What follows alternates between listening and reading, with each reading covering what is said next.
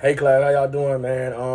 So on this video, I want to talk about the esports games for this class in this assignment, and the game that I picked is called Valorant, Valorant. So y'all don't think I'm just reading off. This is my little overview that I made, so I can kind of go off something. So yeah, the game that I picked is Valorant. It's a free game to play. First person shooter type of game, and in the game, you have something called agents, and each agent has a special ability. So, with that being said, players compete in a 5 versus 5 match, and one team has to, the goal of one team is to plant a bomb, to plant like a spike. So I guess you call that in the game. It's called a spike. And I play games too, but I don't play these type of games. You know what I'm saying? Like, I just tried to step out of my comfort zone and learn something new and take on this challenge. And the other team tries to defend it and defend that from happening. Valorant was developed in was developed by something called Riot Games, and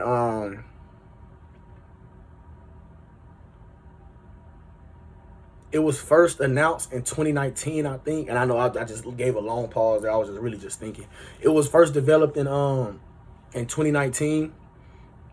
In the game, it requires both skill and as well as like skillful things that you need to do. Like, you need to know how to shoot on the game.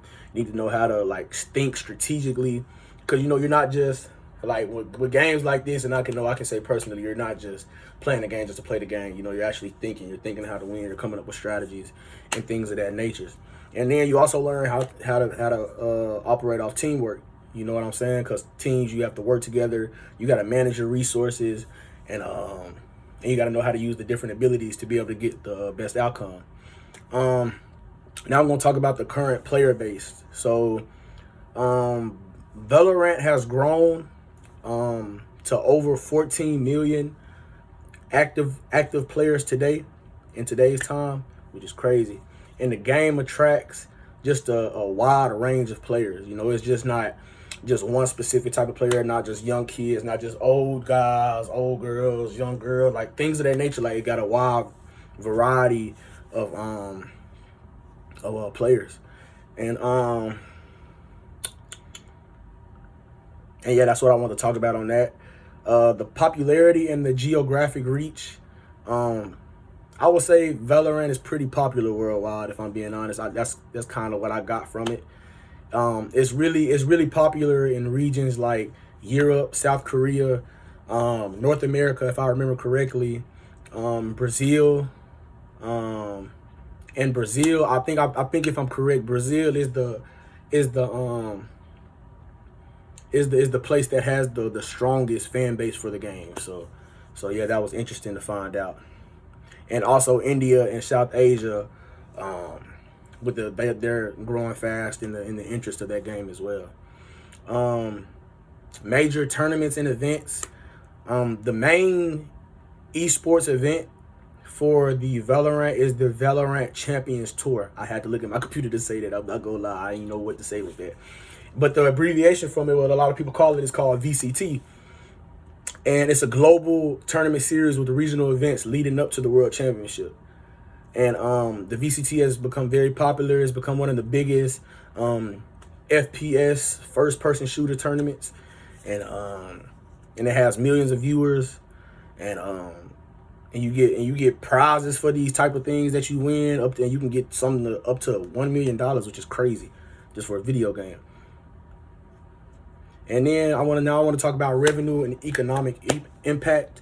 Valorant is free to play, but it also makes money, if that makes sense. My mama always told me, ain't nothing just free in this world. Everything got a price, everything got a cost.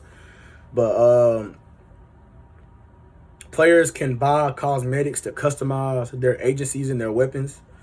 And the game also brings in revenue through esports as well, like with sponsorships and broadcasting deals and just different type of deals, different type of ways that you can make money off of those type of deals. Now I want to get into the growth patterns and the future prospects. I want to say Valorant has grown kind of quickly, I'd say, since launch.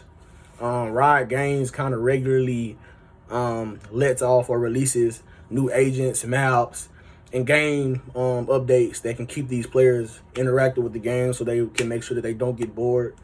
And to be honest, Valorant, it'll probably continue to grow, to be honest, at the rate that it's going. Now with my conclusion, I want to say Valorant has become one of the most popular competitive games in the country. Well, not just in the country, but in the worldwide, because it's everywhere.